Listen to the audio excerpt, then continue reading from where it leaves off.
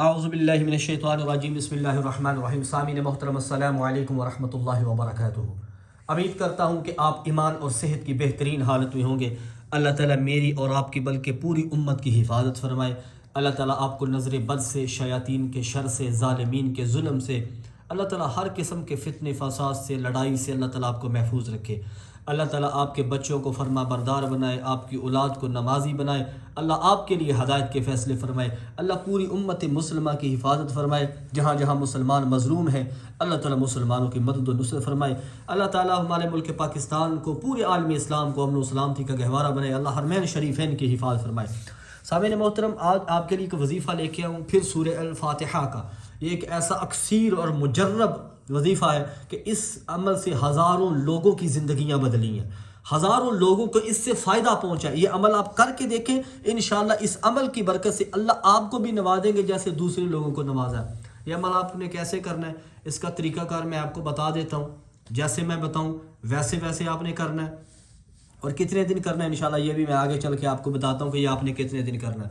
जैसे जैसे मैं बताऊँ वैसे वैसे करना है, अपनी तरफ से कुछ ना मिलाना है ना कम करना है। फिर आप लोग बाद में बोलते हो कि भाई वजीफ़े का असर नहीं है। वजीफ़े का असर दो सूरतों में होता है। एक, आपकी नमाजें ना हो, नमाजें यानी कि ज़ाया ना हो। कहते हैं कि फ़राइज़ के छोड़ने से जो अज़ाब आते हैं वो वज़ाइफ़ के करने से ख़त्म नहीं होते, इसलिए नमाजें आपकी पूरी हो, वजीफ़ा कोई भी कर रहे तब असर करेगा।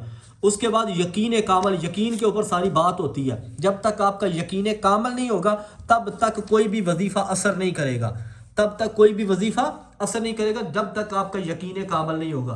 तो ये शर्त है कि यकीन कामल होना चाहिए। मैं बिना आपका टाइम वेस्ट किए इंशाल्लाह मैं वीडियो की तरफ बढ़ता हूँ।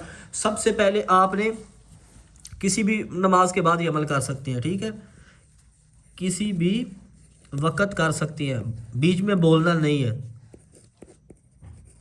ठीक है।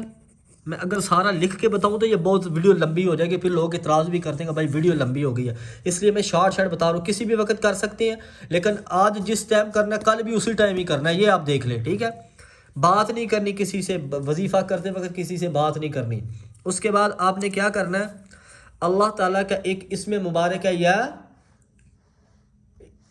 रहीम। अल्लाह ताला का एक इसमें मुबारक है या रहीम, या रहीम, या रहीम। उसके बाद मैं सारा एक बार लिख लेता हूँ, फिर आपको बता देता हूँ कैसे पढ़ना है।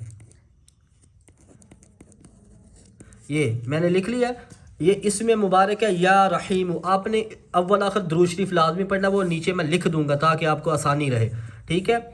आपने ऐसा करना है, एक बार या रहीम, एक बार सूरह फातिहा, फिर एक बार या रहीम, फिर या रहीम, फिर सूरह फातिहा, फिर ये आपने 21 बार करना है, ठीक है।